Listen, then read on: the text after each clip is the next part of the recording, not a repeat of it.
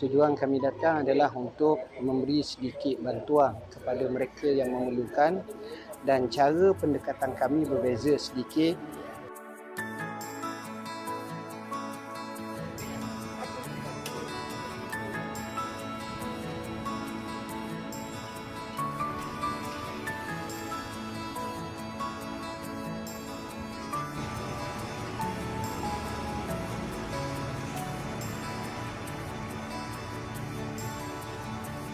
Alangkah indah orang bersedekah, dekat dengan Allah, dekat dengan surga.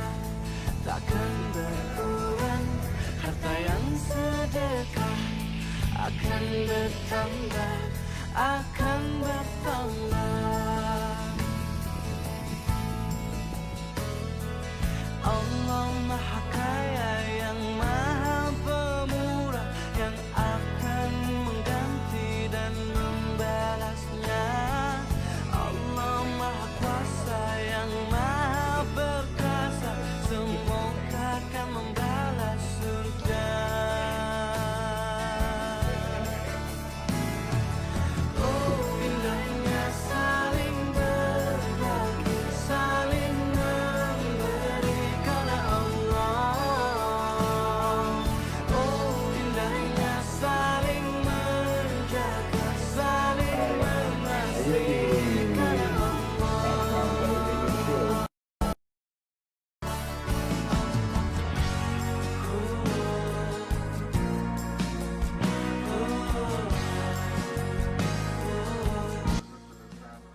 Melalui Yadim, kita berkhidmat untuk cuci-cuci rumah, cuci-cuci masjid, dan kepada tempat persinggahan sementara mangsa-mangsa banjir, kita lihat kalau tempat tersebut tiada surau ataupun tempat solat, kita sediakan, di samping kita sediakan kit solat untuk kita mengingatkan kepada khalayak masyarakat Islam supaya solat jangan diabaikan dalam apa jua keadaan sekalipun.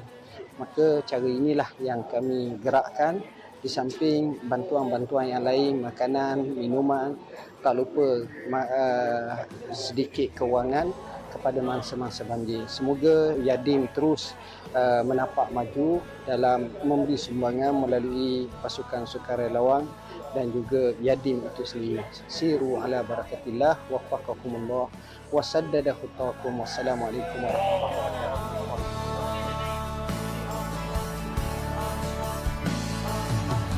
Allah Maha Kaya yang Maha Pemurah, yang akan mengganti dan membalasnya. Allah Maha Kuasa yang Maha Perkasa, semoga akan membalas surga. Oh indahnya saling berbagi, saling memberi karena Allah. Oh indahnya saling menjaga, saling mengasihi karena Allah. Assalamualaikum. Waalaikumsalam.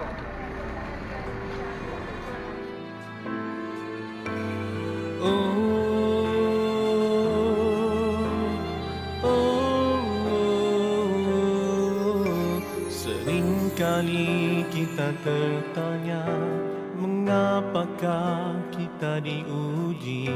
Silih ganti tak berhenti, kadangkala tak terdaya.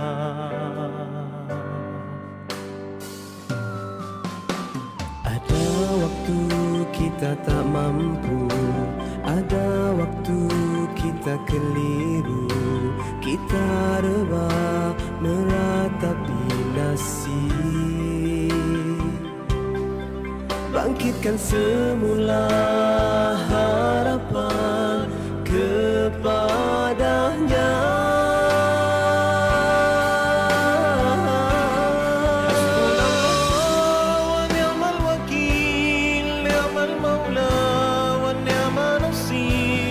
Musibah itu hikmah. Hasbunallah wa ni'mal wakil, ni'mal maula wa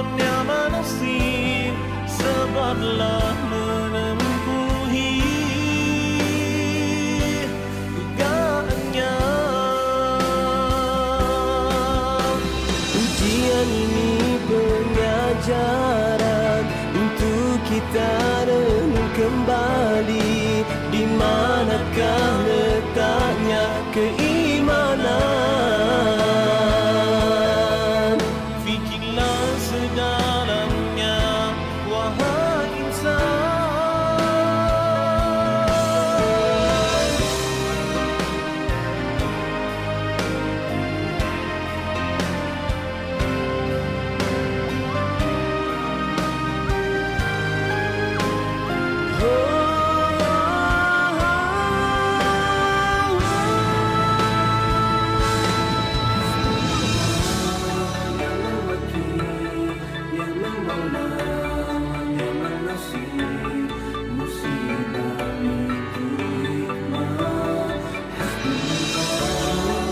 Allah bagiku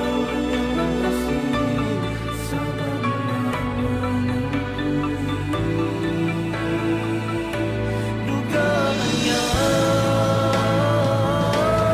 Hasbunallah wa ni'mal wakil, ni'mal maula wa ni'mal nasir.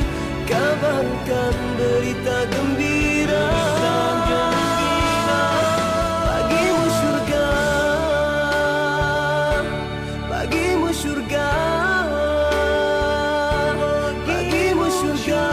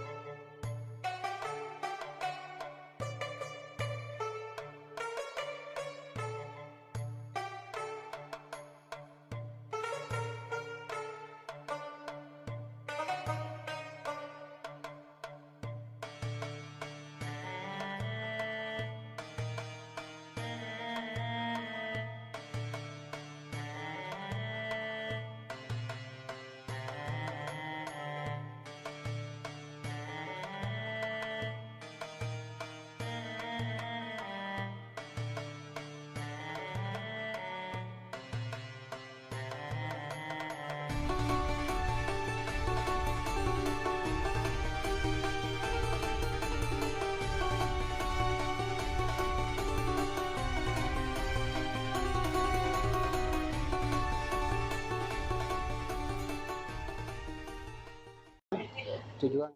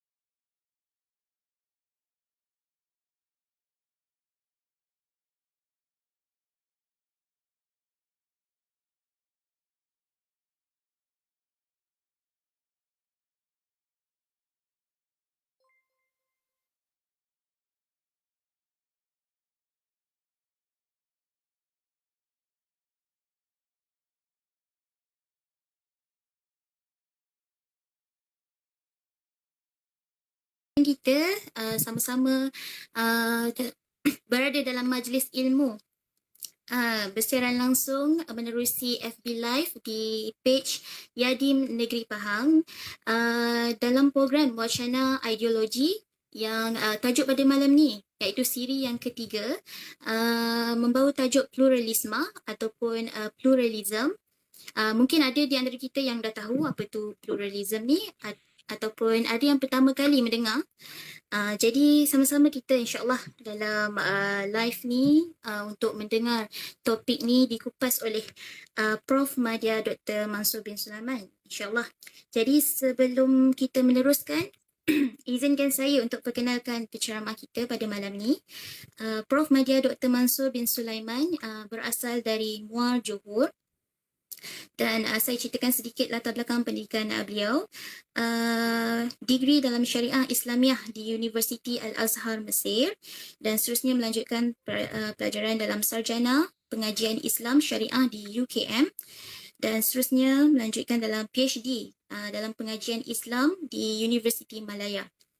Dan sedikit pengalaman bekerja yang saya semintas lalulah saya beritahu.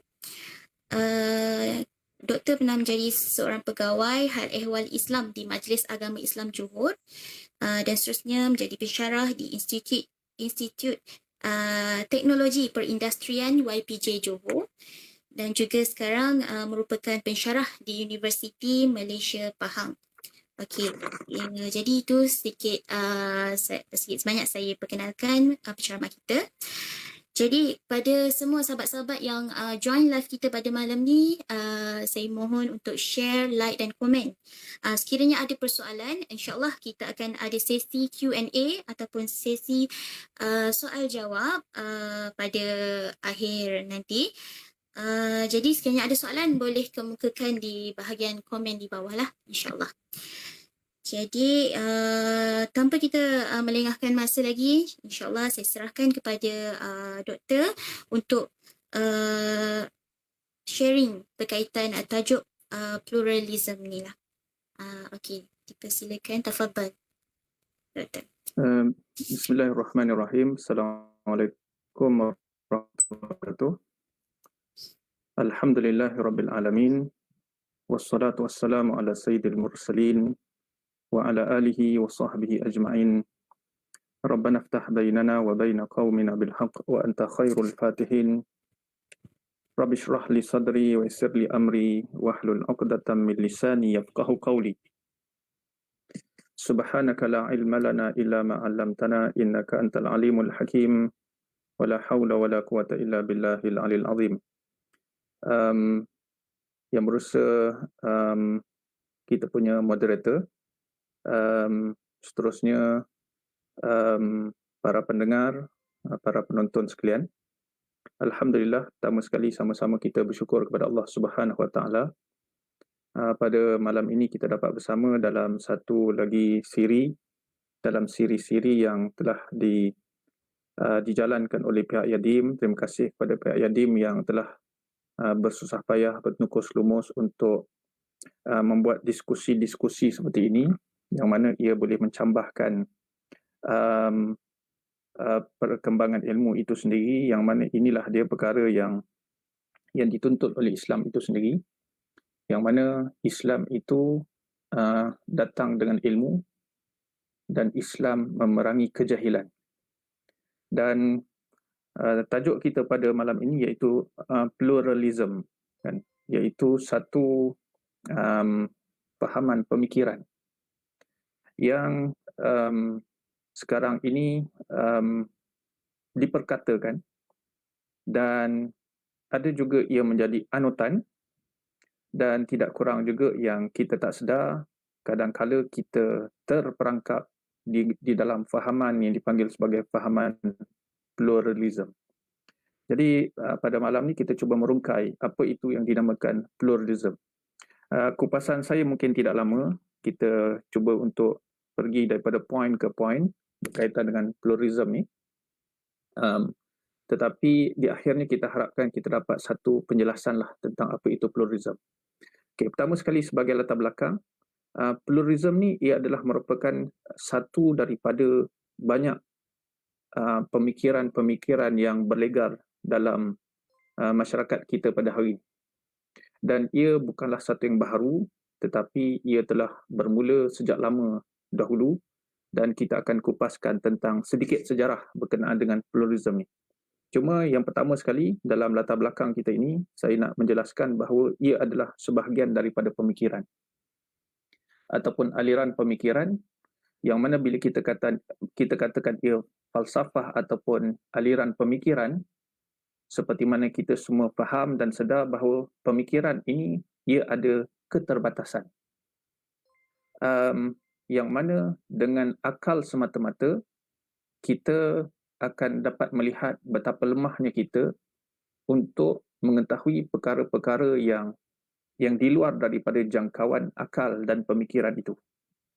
Disebabkan itu, apabila kita sekadar bersandar kepada pemikiran, maka kita sampai satu peringkat kita akan dapati bahawa diri kita akan terhenti, seolah-olah kita terlindung dengan satu dinding yang melindungi kita daripada untuk mengetahui perkara yang lebih daripada di sebalik dinding itu. Jadi untuk mengetahui perkara sebalik itu, yang mana akal ini ada keterbatasannya, maka ia memerlukan kepada satu panduan lain. Dan panduan itu adalah panduan yang dapat untuk kita memecahkan dinding itu. Seterusnya, kita dapat melepasi dinding itu dan kemudian kita akan dapat melihat akan hakikat yang selama ini terlindung disebabkan kita tidak mampu untuk memecahkan dinding itu. Jadi, apa yang boleh memecahkan dinding itu untuk kita melihat di sebalik dinding itu, itulah yang kita panggil sebagai wahyu. Dan inilah dia keperluan kepada agama. Disebabkan itu Allah Subhanahu Wa Taala mengutuskan para rasul kepada umat manusia ini bagi membimbing akal mereka supaya dipandu dan kemudian dapat melihat perkara-perkara yang sukar untuk akal dengan akal itu sendiri untuk melihat perkara itu. Yang mana kesan daripada kita terdinding dengan persoalan-persoalan yang hanya boleh diketahui oleh wahyu, maka kita lihat seseorang itu dia akan terperangkap di satu daerah. Daerah yang mana banyak persoalan yang tidak dapat dijawab. Akhirnya, ia mencari jawapan dengan sekadar andaian dan juga sekadar rasa-rasa. Dan apabila ia merupakan satu andaian dan rasa-rasa, maka ia tidak berpijak di bumi nyata. Sebab andaian itu boleh jadi ia salah, boleh jadi ia betul. Dan kebarangkalian untuk salah itu juga ada, dan boleh jadi kebarangkalian untuk salah itu sangat banyak. Apatah lagi kalau sekiranya tidak dipandu dengan wahyu. Begitu juga dalam persoalan pluralism, kan?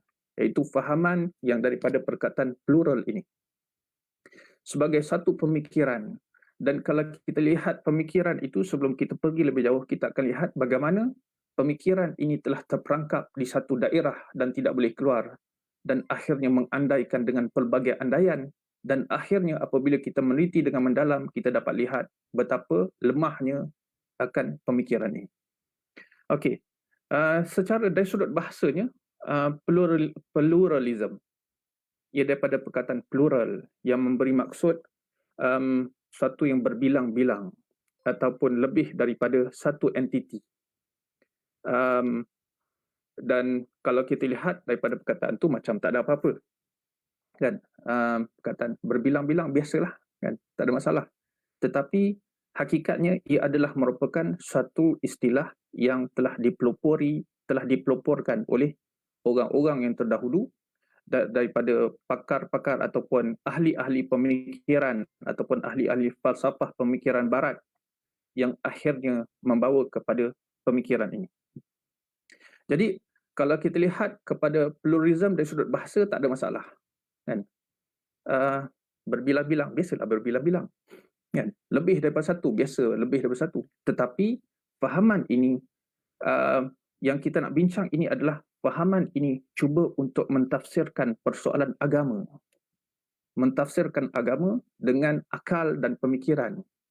Jadi akhirnya timbul satu pemikiran yang dia panggil pluralism. Kalau kita lihat dari sudut dia punya asal usul dia, ia adalah untuk menjawab persoalan berkaitan dengan kewujudan pelbagai agama dalam dunia ini. Dan juga setiap agama itu mendakwa bahawa mereka membawa kebenaran. Jadi disebabkan ada banyaknya agama ini, maka ada sesetengah pemikir-pemikir.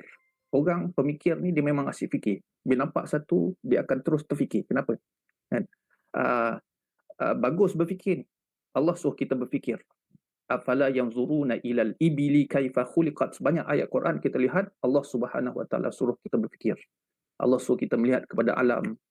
Allah suruh kita melihat kepada langit. Allah suruh kita melihat kepada pertukaran siang dan malam. Allah suruh kita melihat kepada hujan. Kemudian Allah suruh melihat kepada selepas hujan, pokok tumbuh dan sebagainya. Itu adalah merupakan sesuatu yang terpuji. Dan pemikiran, berfikir. Tetapi apabila berfikir, tidak ada di situ panduan untuk berfikir, sehingga akhirnya berfikir itu tidak ada batasannya, dan akhirnya terkeluar daripada batasan itu yang akhirnya menjadi akan timbul masalah. Jadi daripada pemikiran tentang pelbagai agama ini, maka timbul persoalan. Di antara persoalan yang cuba dijawab oleh pemikir-pemikir ni, dakwaan agama mana yang paling betul? Siapa yang paling tepat yang kata bahawa mereka ni agama yang betul? Dan setiap agama ni kata mereka berpegang kepada kebenaran, dan kebenaran yang mereka bawa itu adalah kebenaran yang paling betul. Mereka yang bersalahan dengan mereka adalah merupakan orang yang salah. Jadi ini timbul persoalan ini, siapa yang betul? Kita lihat di situ kepelbagaian agama itu menggambarkan sesuatu yang banyak, dan kemudian kepelbagaian dakwaan tentang konsep-konsep agama, antaranya ialah persoalan tentang Tuhan. Ada agama kata Tuhan itu satu. Tidak ada selain daripada Tuhan itu yang satu. Seperti mana agama Islam. Ada agama kata Tuhan itu dia ada bapa, ada anak. Ada agama kata Tuhan itu berbilang-bilang dan kemudian mempunyai kepelbagaian bentuk. Ada agama yang berkata Tuhan itu boleh menjelma sebagai manusia. Ada yang menyatakan bahawa Tuhan itu tidak wujud. Dan ada juga agama yang menyatakan mereka tidak ada Tuhan yang mereka percaya, tetapi mereka percaya kepada roh nenek moyang mereka. Jadi ini semua adalah dakwaan-dakwaan dalam agama yang menyatakan bahawa mereka itu benar, dan kemudian mereka ada pengikut mereka yang sejati. Sehingga sanggup mati dan sebagainya kerana mempertahankan agama mereka. Kan? Jadi oleh kerana kepelbagaian ini yang kita nampak banyak, itu yang timbul perkataan plural tadi. Maka akhirnya timbul satu pemikiran. Bagaimanakah nak menjustifikasikan kewujudan pelbagai agama ini dan menjustifikasikan dakwaan yang dibuat oleh setiap agama berkenaan kebenaran agama mereka. Maka timbullah fahaman yang dikatakan sebagai pluralism. Akhirnya dia mengambil jalan tengah, iaitu apa? Jalan tengah dia ialah semua betul. Tak ada yang salah. Ataupun satu lagi, iaitu tidak ada kebenaran yang bersifat mutlak. Semua sekali bersifat relatif. Semua sekali boleh diterima. Fahaman yang kata dia benar, ya, pada mereka benar. Tetapi ia di pihak yang lain adalah salah. Kan? Dan pihak lain ini pula ada fahaman yang bersalahan dengan pihak yang kata bahawa itu benar. Jadi ini semua adalah merupakan sama rata saja. Sebab tidak ada kebenaran yang mutlak. Apa yang ada ialah kebenaran itu bersifat relatif. Ia boleh berubah-ubah dan sebagainya. Ia sebagai apa? Untuk menjustifikasikan semua agama ini, dan akhirnya semua agama adalah betul. Okay? Semua agama adalah tidak salah. Semua orang dengan fahaman ini, maka semua orang dengan kepercayaan mereka akan selamat nanti. Kalaulah mereka percaya akan ada alam lain selepas mati, maka mereka semua selamat. walaupun fahaman ini macam ni, fahaman itu macam tu dan sebagainya, tetapi semua sekali menjurus ke arah yang sama, iaitu apa? Semua sekali selamat kalau itulah matlamat akhir agama mereka. Begitu juga dengan Tuhan yang pelbagai itu, semua betul. Sebab apa? Sebab tidak boleh seorang kata, saya betul, awak salah. Kan? Ini adalah merupakan fahaman yang lawannya dipanggil sebagai fahaman eksklusivisme. Kan? Eksklusif. Kalau relatif ni dia, plural ni dia berbilang-bilang, ataupun bersifat inklusif, tetapi lawan dia ialah eksklusif.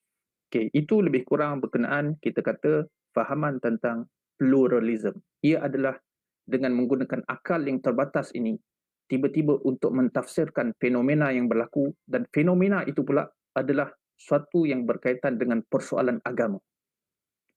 Ya. Dan akhirnya tercetus pemikiran yang sangat tidak ada panduan wahyu, iaitu apa? Akhirnya untuk menjustifikasikan itu, maka dia kata bahawa semua betul. Dan kalau kita lihat dari satu sudut, pandangan ini, pluralisme ni, seolah-olah dia adalah merupakan satu fahaman, kalau kita lihat daripada satu sudut saja, nampak sangat cantik fahaman ini. Sebab apa? Ia mempromosikan toleransi. Ia mempromosikan keamanan. Ia mempromosikan tidak ada di situ pertembungan. Semua orang berada dalam keadaan baik. Dan itu juga di antara sebab timbulnya fahaman pluralisme ini, dan ia semakin mendapat tempat di setengah-setengah tempat dan setengah-setengah masa. Disebabkan apa? Kerana situasi yang berada, yang mana keadaan yang orang melihat berlaku pertembungan di antara sesama manusia disebabkan pertembungan agama dan juga kepercayaan. Di tempat-tempat yang mana itu adalah merupakan perkara yang dominan, pertembungan itu berlaku disebabkan kepercayaan, maka fahaman ini mendapat sambutan yang hangat. Kerana apa? Kerana dengan fahaman ini, maka tidak ada lagi punca pertembungan. Punca pertembungan telah diselesaikan. Tidak ada lagi pertembungan. Sebab apa? Kamu betul, aku betul. Kamu tak salah, aku tak salah. Kan? Itu. Kerana dilihat bahawa disebabkan ini betul, ini salah, berlaku pertembungan, maka inilah dia satu ubat kepada permasalahan tadi. Disebabkan itu kita sebut pada akhir-akhir ini, di setengah-setengah tempat, di setengah-setengah masyarakat, fahaman pluralisme ini, ia mendapat tempat di dalam hati-hati manusia, termasuk ada di antara mereka adalah di kalangan Muslim ataupun orang Muslim itu sendiri, kerana terkesan dengan keinginan untuk melihat kedamaian, keamanan, kan? Dengan akhirnya dalam keadaan sama ada sedar ataupun tidak sedar, tiba-tiba berkata semua agama sama sahaja, kan? Semua agama okey, kan? Semua agama semua agama adalah itulah menuju perkara yang sama, tiada ada beza. Jadi itu yang kita lihat yang dipanggil sebagai pluralism, iaitu berbilang-bilang. Okey, itu lebih kurang. Kemudian kita melihat sejarah dia pula. Untuk kita lebih faham tentang pluralism ni, sejarah dia, kalau kita baca sejarah berkenaan dengan fahaman ini, sama juga dengan sejarah terbit dan lahirnya sekularisme, fahaman pemisahan antara agama dan juga kehidupan, iaitu ia bermula jauh pada zaman sebelum ini, iaitu zaman ketika mana zaman kegemilangan kerajaan Rom pada ketika itu, yang mana pada satu peringkat Kristian telah dijadikan sebagai agama empire Rom. Dan pada ketika itu yang menjadi sebagai sentral kepada persoalan-persoalan tentang kebenaran adalah Kristian itu sendiri di bawah jajahan kerajaan Rom pada ketika itu. Semua perkara berkaitan dengan persoalan yang berkaitan dengan agama, maka ia akan dinilai melihat kepada kriteria dan nilai yang diambil daripada ajaran Kristian masa tu, ataupun lebih tepat ialah ajaran Kristian Katolik masa tu. Jadi itu yang berlaku dalam pada zaman itu. Sehingga kalau kita lihat dekat situ ada di antara perkara-perkara ialah yang tidak ada keselamatan melainkan dengan menerusi Jesus Christ, kan. Seorang itu tidak akan selamat sekiranya dia berada di luar gereja, kan. Ini semua adalah merupakan fahaman-fahaman yang dilontarkan dalam masyarakat Kristian pada ketika itu, tetapi ia sampai satu peringkat ia menimbulkan kritikan daripada tokoh-tokoh pemikir pada ketika itu, yang mana mereka rasa macam ada satu yang tidak kena. Hak eksklusif kebenaran itu dipegang oleh agama ataupun tokoh-tokoh agama, tetapi dalam masa yang sama mereka melihat mereka tidak yakin dengan agama dan tokoh agama itu disebabkan apa yang mereka lihat dari sudut yang mereka nampak. Kan? Agak bercanggah, kan, apabila hak eksklusif kebenaran itu adalah dipegang oleh pihak agama semata-mata. Lalu timbul kritikan di kalangan pemikir-pemikir agama ini. Di antara pemikir itu kita boleh sebut satu nama, iaitu John Hick kalau tak silap saya. Dan dia di antara bapa, kita kata bapa kepada fahaman, di antara bapa kepada fahaman pluralism ini, yang mana beliau telah mengisytiharkan untuk melakukan revolusi terhadap ajaran Kristian itu. Selepas dia rasa macam tak dapat terima berkenaan dengan bahawa Kristian itu memegang hak eksklusif berkaitan dengan kebenaran. Dan dengan dia melihat bahawa ia seolah-olah suatu yang menidakkan akan yang lain. Jadi di antara perkara yang dia bawa, John Hick ni, iaitu dia membawa satu pemikiran tentang dia menolak tentang pemikiran bahawa berkaitan dengan eksklusif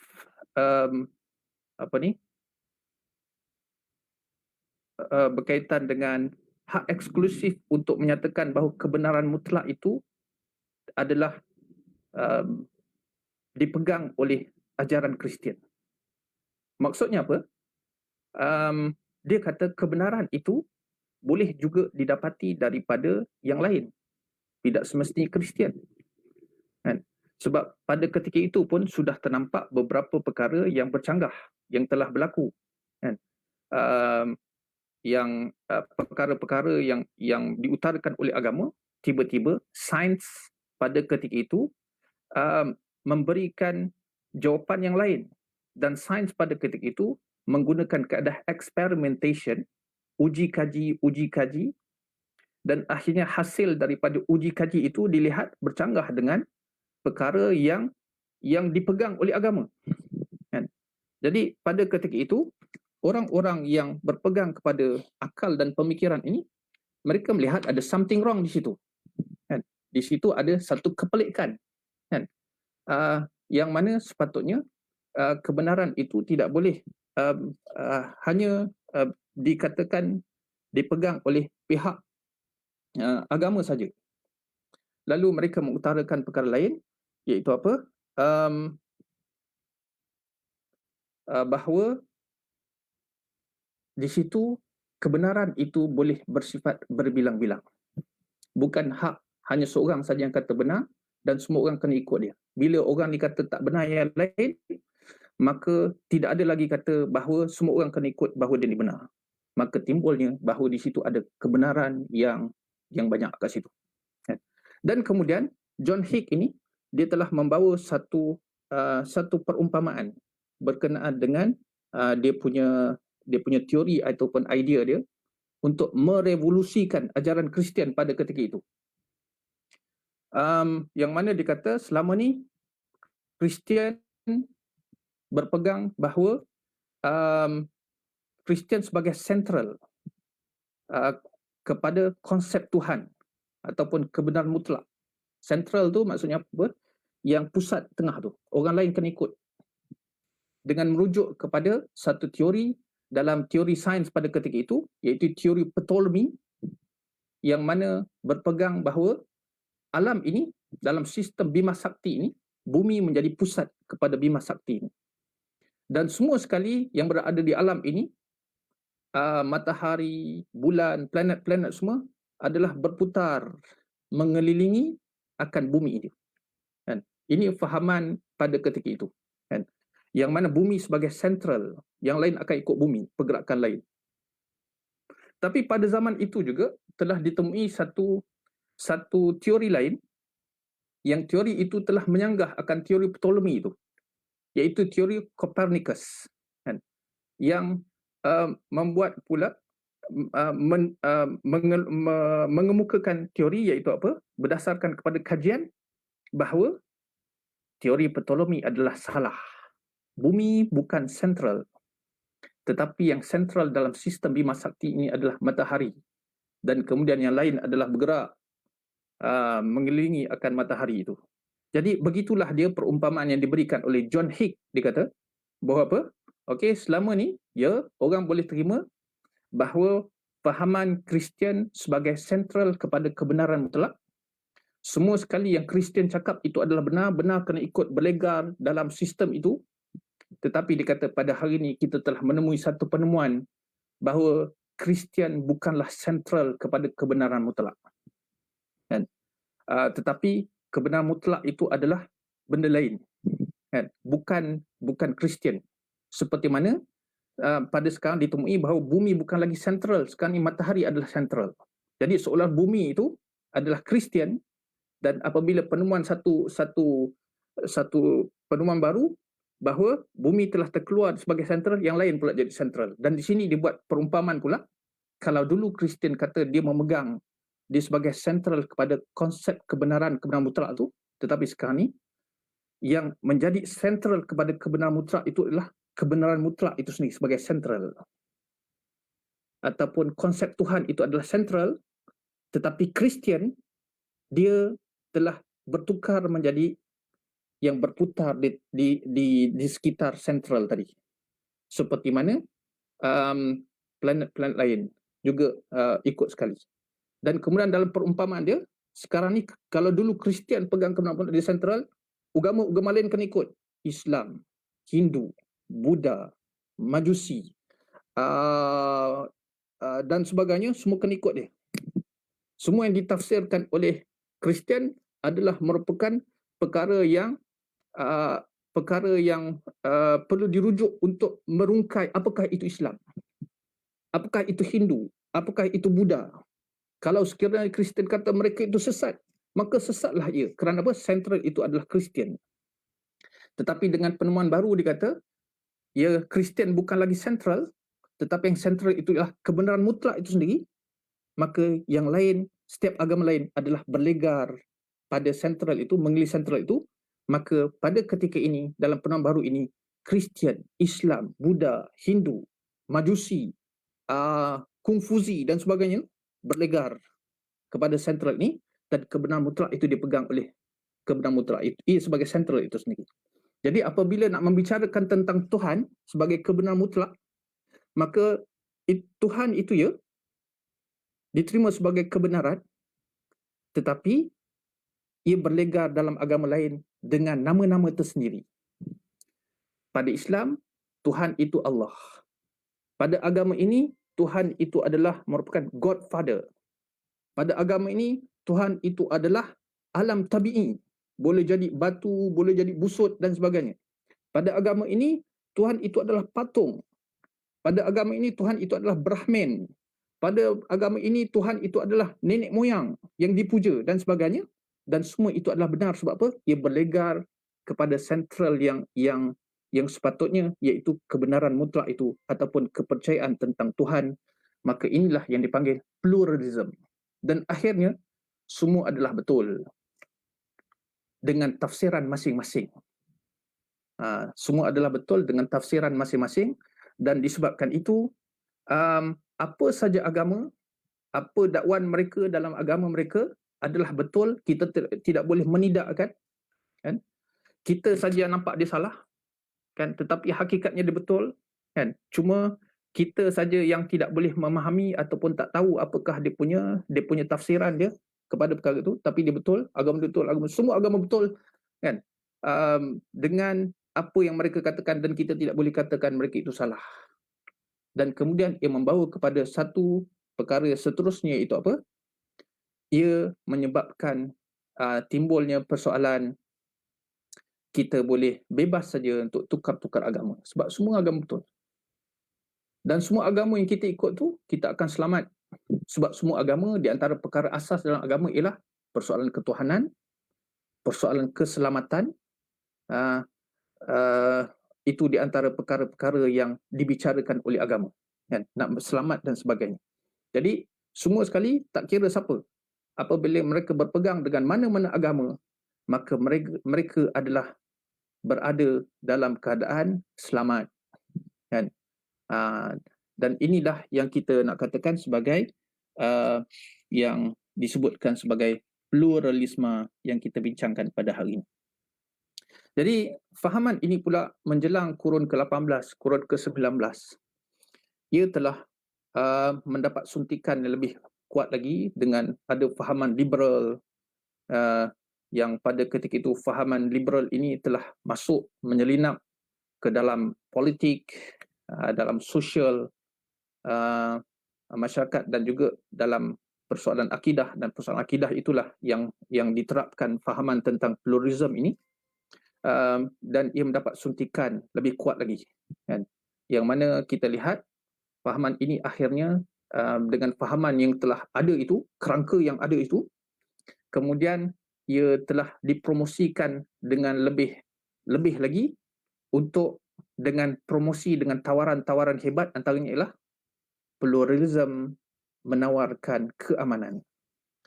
Pluralism menawarkan tidak akan ada pertembungan antara kita, kan? Pluralism menawarkan kebaikan antara orang semua, kan? Tidak ada lagi bergaduh disebabkan agama, tidak ada lagi pergaduhan disebabkan pertembungan dari sudut fahaman agama dan sebagainya. Maka ia mendapat suntikan. Dan pada zaman sekarang juga kita lihat ada setengah-setengah tempat ia juga mendapat mendapat tempat di kalangan masyarakat, terutama sekali seperti mana kita sebut di awal tadi, kepada mereka yang dahagakan keamanan, kan, yang didambakan itu. Okey, jadi itulah dia berkaitan dengan pluralism, yang mana kita boleh sebutkan tadi ia sekadar berlegar dalam lingkungan pemikiran. Cuma kalau kita lihat dari sudut pemikiran juga secara logik, kita akan lihat di sana ada masalah lah, kan. Apa dia? Bagaimanakah tentang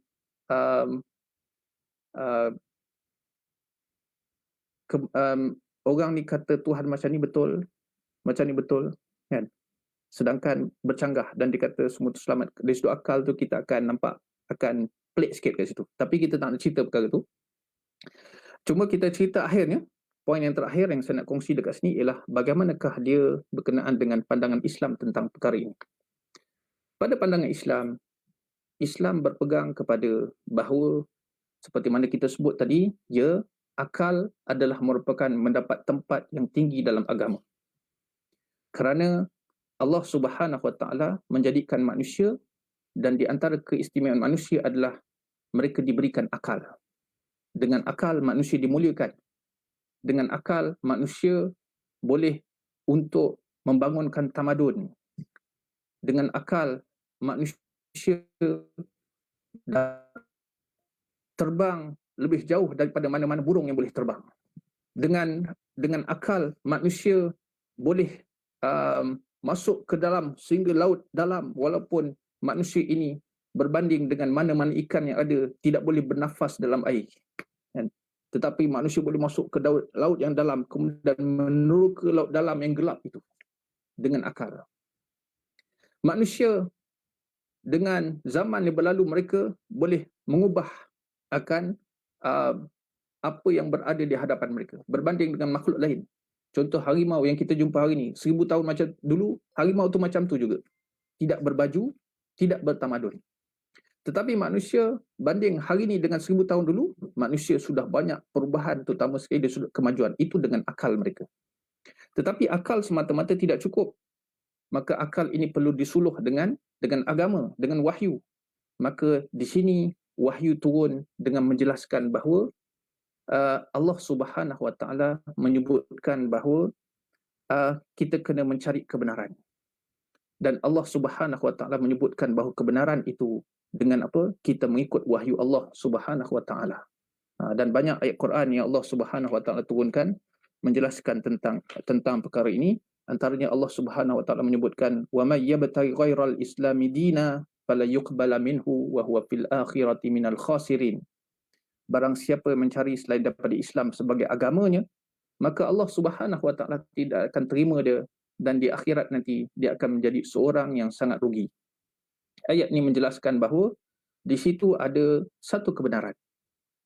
Kebenaran itu apa? Dengan kita memilih Islam. Islam itu apa? Islam itu maksudnya ialah daripada perkataan salima, ataupun kita kata sebagai ketundukan dan kepatuhan kepada Allah. Aslama, tunduk dan patuh kepada Allah. Ia juga bermaksud aman. Kan?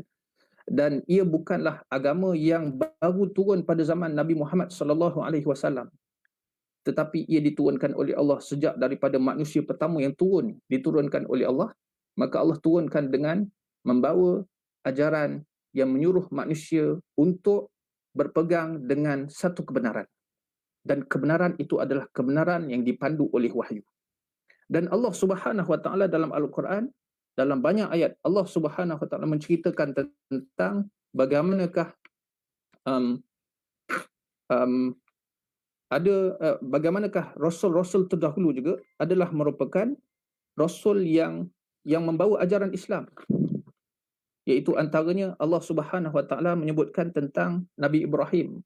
Ma kana Ibrahim Yahudiyyan wala Nasraniyya walakin kana hanifan muslima wa ma kana minal musyrikin.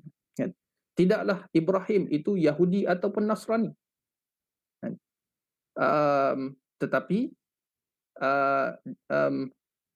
Tetapi dia adalah merupakan seorang yang berpegang kepada ajaran Al-Hanif. Dia adalah seorang Muslim, Hanifan Muslima, dan dia bukan seorang yang musyrik yang berpegang kepada berbilang-bilang Tuhan ataupun mensyirikkan, letakkan Allah itu ada sekutu dia.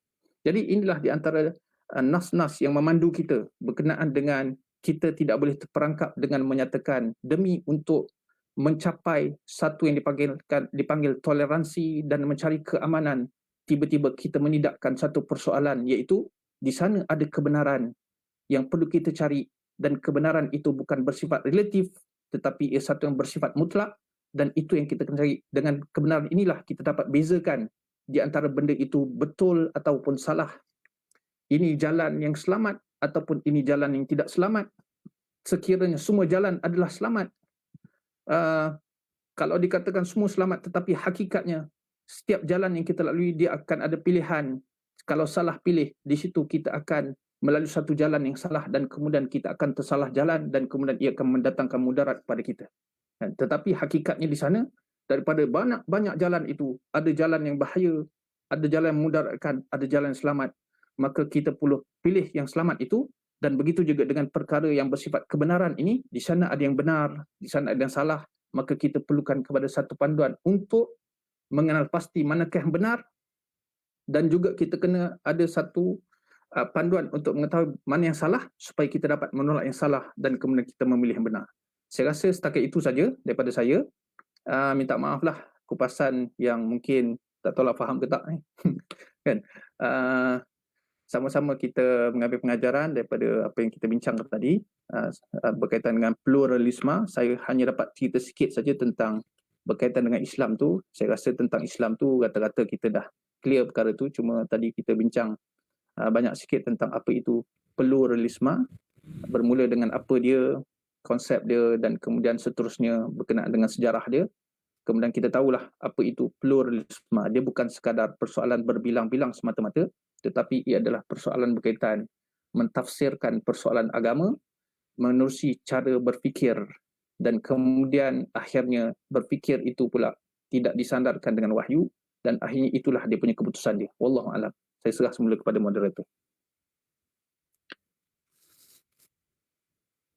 Okey. Dah habis.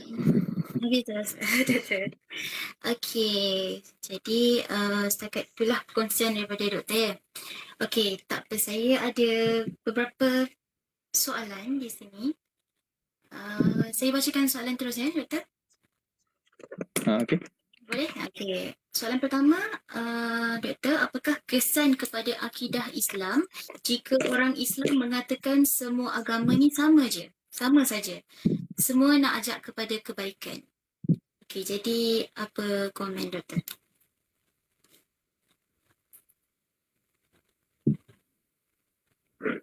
Okey, terima kasih. Soalan pertama, kesan kepada akidah Islam, semua agama adalah sama. Semua agama adalah sama. Di situ kita boleh lihat ada bahaya sikit lah kat situ. Yeah. Ada bahaya sebab kita telah mengeneralisasikan berkenaan dengan perkara yang disebutkan oleh Allah dalam Al-Quran, bahawa yang Allah menyebutkan innad din indallah al-Islam. Sesungguhnya agama yang Allah terima dan redha itu adalah Islam. Dan Allah Subhanahu Wa Taala dalam ayat ni suruh kita membenarkan Islam, dan juga kita tidak boleh mengatakan, tidak boleh mengiktiraf keabsahan ataupun kebenaran pada agama yang bercanggah dengan apa yang diturunkan oleh Allah Subhanahu Wa Taala. Ia boleh merosakkan akidah. Kalaulah yang diiktikadkan dengan kata bahawa semua agama adalah sama dari sudut apa? Antaranya ialah sama dari sudut persoalan akidahnya, maka itu adalah merupakan kata-kata yang sangat bahaya dari sudut akidah. Ataupun maksud yang diiktikadkan dalam hati ketika kita kata bahawa semua agama itu adalah sama dari sudut semua sekali akan selamat pada hari akhirat, ia bercanggah dengan nas apa yang disebutkan tentang di sana ada yang beriman akan ke syurga dan kemudian yang kufur akan ke neraka, maka itu juga adalah merupakan kata-kata yang sangat bahaya dari sudut akidah. Jadi kita kena melihatlah, sebab kata-kata tadi, kata-kata semua agama adalah sama itu, ia ada unsur di situ, unsur kinayah sikit. Dia kata-kata yang tidak berapa direct, kan? Jadi dekat situ kita kena melihat apakah yang saya cakap ni untuk lebih selamat, kan? Sebab kita tak boleh terus kata orang ni kufur dan sebagainya, kan? Kita kena bagi lapik banyak juga, iaitu apa? Dalam persoalan kata-kata seperti itu yang ada unsur kiasan ataupun kinayah, kan? Sama dari sudut apa kat situ, kan? Sama dari sudut contoh apa ni, dekat negara ni agama ni ada, negara tu agama ni ada, negara tu agama tu ada, kita cakap agama sama dari sudut itu, dan hanya dalam bentuk persoalan yang berkaitan dengan teknikal, itu tidak memberi kesan kepada rosaknya akidah. Tetapi kalau yang dikatakan itu adalah diiktikadkan dalam hati dia, dan ia adalah satu benda yang diikatkan dengan perkara yang berkaitan dengan persoalan akidah, maka itu adalah sangat bahaya kepada akidah dia sendiri. Wallahu a'lam. Okey, terima kasih doktor untuk soalan yang pertama. Okey, seterusnya saya pergi pada soalan yang kedua daripada Molianti. Pluralism dah berleluasa dalam Malaysia baik cara halus atau cara kasar. Siapa agensi bertanggungjawab untuk banteras dan apa tindakan berkesan telah dijalankan? Okey, terima kasih. Okey, agensi yang bertanggungjawab adalah agensi yang diberikan autoriti oleh pihak kerajaan lah. Ya, dalam persoalan ini kalau kita kata kat sini adalah pertama sekali peringkat nasional JAKIM lah. Dia punya yang besar sekali. Kemudian kalau peringkat negeri itu adalah semua sekali agensi agama di peringkat negeri. Kan? Jabatan Agama Islam, Majlis Agama Islam, itulah mereka pun ada dia punya unit penyelidikan, unit dakwah dan sebagainya. Itu adalah merupakan pihak yang bertanggungjawab. dan kemudian dari sudut apa tindakan yang telah dilakukan, saya tak terlibat untuk menjelaskan tentang perkara itu. Tapi kalau kita lihat di antara perkara yang sedang berjalan kita buat ni, ini juga adalah merupakan salah satu daripada inisiatif yang dibuat untuk menangani isu ni. Sebab untuk menangani isu ni, ia memerlukan kepada pelbagai pendekatan. Antaranya dengan dari sudut sibaran ilmu pengetahuan, kemudian dari sudut program-program kesedaran, dan juga ia juga boleh berlaku dalam bentuk program-program yang berbentuk hiburan juga, kan, yang boleh menyampaikan mesej berkaitan dengan perkara ini. Jadi dari sudut cara inisiatif dan sebagainya itu, saya rasa pihak yang bertanggungjawab telah buat banyak perkara, cuma mungkin kita tak dapat maklumat tentang perkara itu. Tapi boleh kita katakan ini juga antara program untuk menangani isu ini. Dan kalau kita lihat di bahagian pendidikan di sekolah juga, di situ ada gerak kerja yang dibuatkan untuk menyedarkan masyarakat kita tentang perkara ini. Dan sebenarnya isu pluralism ni untuk menangani cukup antaranya ialah dengan kita dapat mengajar, menyampaikan akan ajaran Islam yang betul, maka itu adalah merupakan di antara cara yang paling ampuh untuk kita menangani isu ni ataupun mengelakkan daripada ia berluasa. Dan apa yang berlaku, orang boleh terikut dengan fahaman ini disebabkan antaranya ialah disebabkan fahaman agama yang masih lagi rapuh, sehingga akhirnya apa-apa yang masuk dalam pemikiran mereka dengan mudah saja diterima, terutama sekali pada zaman sekarang ni, zaman yang mana segala perkara itu hanya di hujung jari, kan?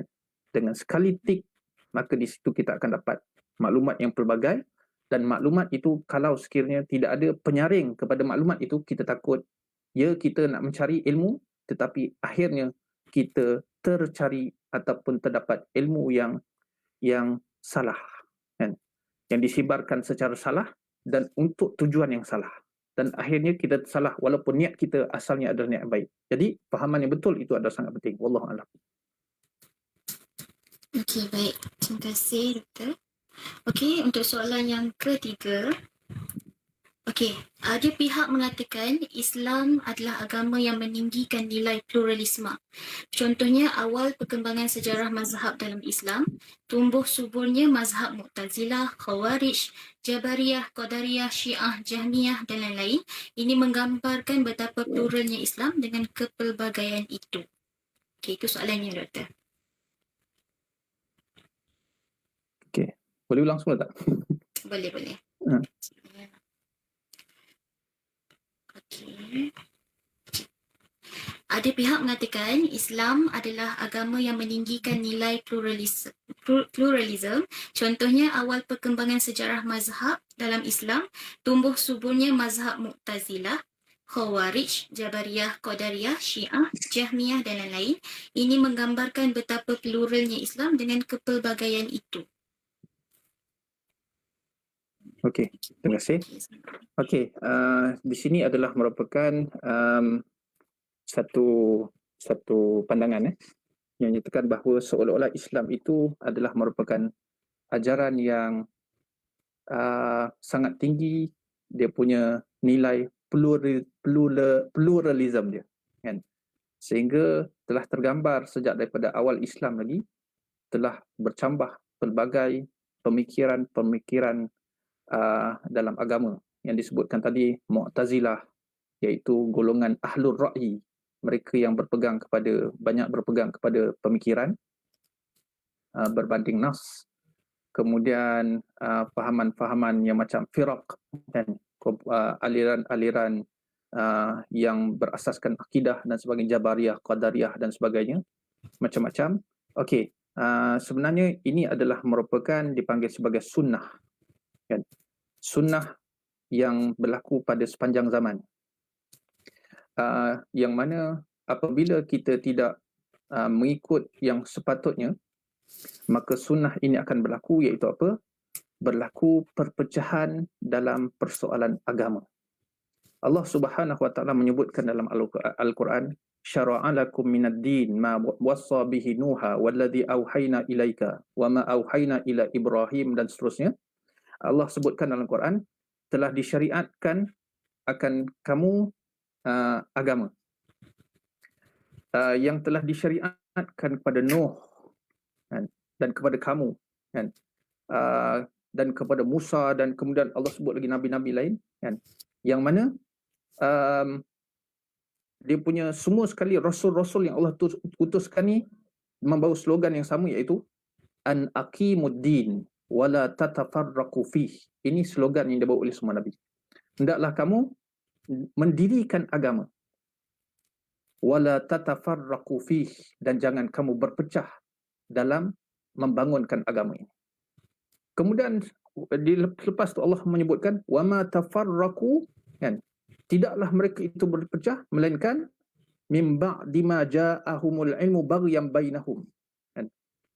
Perpecahan itu boleh berlaku, dan perpecahan itu telah berlaku. Dan berlaku itu sebab apa? Selepas datang kepada mereka ilmu, tetapi tiba-tiba mereka melampaui ilmu itu.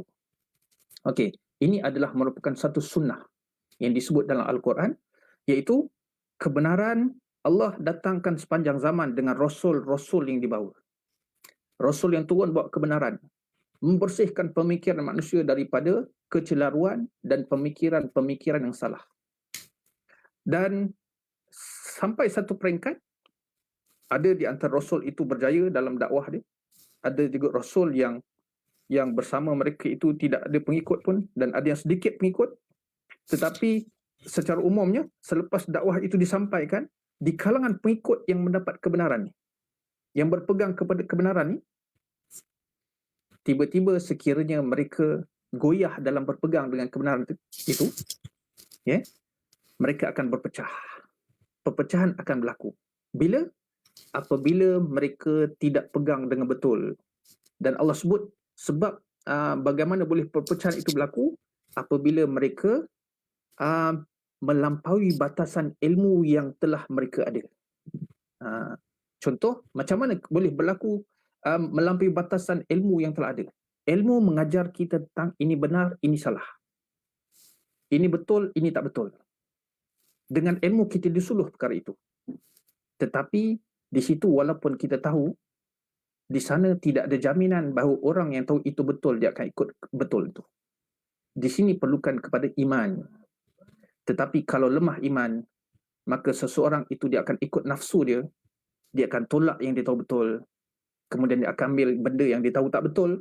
Dan pada ketika itu, perpecahan akan berlaku, dan ketika itulah berlaku yang dipanggil sebagai perpecahan-perpecahan, dan itu bukanlah yang persoalan tadi, itu bukanlah dikatakan sebagai Islam sebagai hero kepada pluralism. Itu adalah gambaran kepada sunnah pada setiap zaman. Kebenaran itu pasti akan ada di situ perkara-perkara yang menjadi akan berlaku perpecahan kepada kebenaran tadi. Akan ada firaq, kan? Kumpulan-kumpulan kecil, serpihan daripada kebenaran itu. Tetapi ingatlah, serpihan itu timbul kerana mereka lari daripada kebenaran. Orang yang ikut kebenaran, mereka akan terus kekal dengan kebenaran yang ada. Itu. Okay? Dan kelebihan Islam oleh Nabi Muhammad ini, ia terpelihara. Walaupun perpecahan akan berlaku, ada hadis menyebutkan tentang akhir zaman, kan? Umat ini akan berpecah. Baru berapa puluh tu, kan? Yang selamat hanyalah satu je, yang berpegang kepada sunnah wal jamaah kat situ, kan? Itu. Jadi pada akhir zaman akan lebih teruk, lebih besar lagi dia punya perpecahan tadi. Tetapi asas kepada perpecahan tu sebab apa?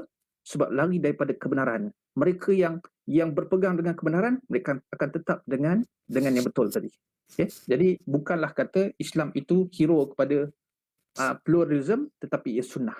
Kan? Dan kalau kita lihat pada pandangan Islam, banyak daripada agama-agama yang ada pada hari ini, kan, ia adalah merupakan asalnya dulu adalah dibawa oleh rasul-rasul pada zaman dulu.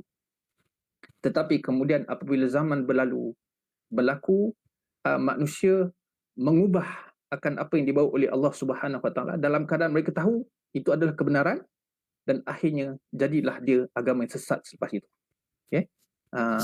Jadi itu adalah sunnah, kan? Dan dengan sunnah itu tak bolehlah kita kata bahawa kita kita nak ikut yang tu, kita kena ikut yang benar, kan?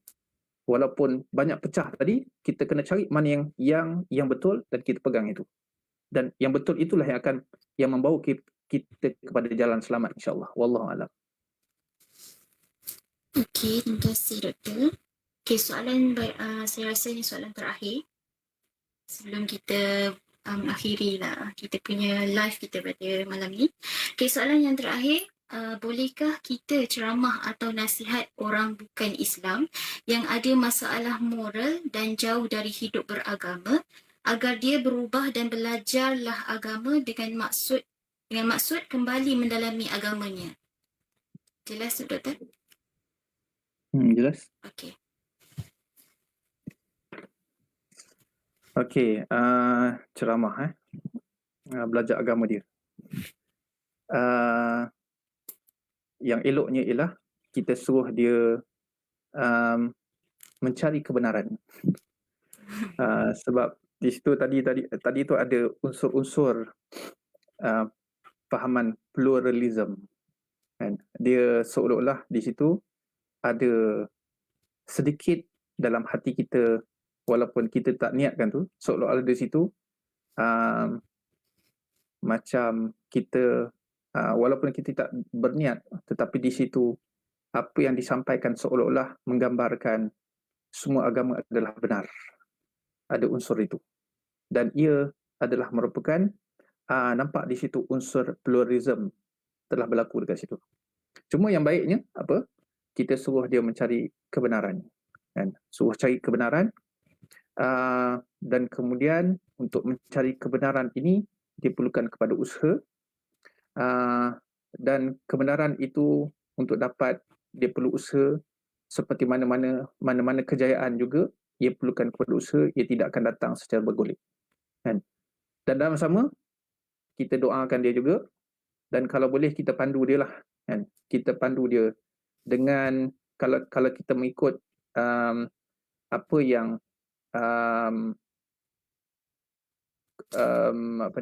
kaedah dakwah dalam Quran kita lihat dia ada dua fasa, satu makiyah, yang kedua madaniyah. Kalau fasa makiyah ni kita akan lihat ayat Quran turun banyak berkaitan dengan persoalan untuk memperbetulkan pemikiran manusia daripada cara berfikir yang salah. Dan kalau kita lihat surah makiyah, dia cerita tentang lihatlah alam, tengok matahari berputar, tengok kepada tubuh kita, kan? Kemudian suruh untuk kita berjalan, lihat kepada apa sekitar kita, lihatlah apa yang telah berlaku kepada kaum-kaum yang telah hancur dulu, fikirlah, dan kemudian di hujungnya dikaitkan dengan Allah Subhanahu Wa Taala. Kan? Contoh surah Al-Fil, kan?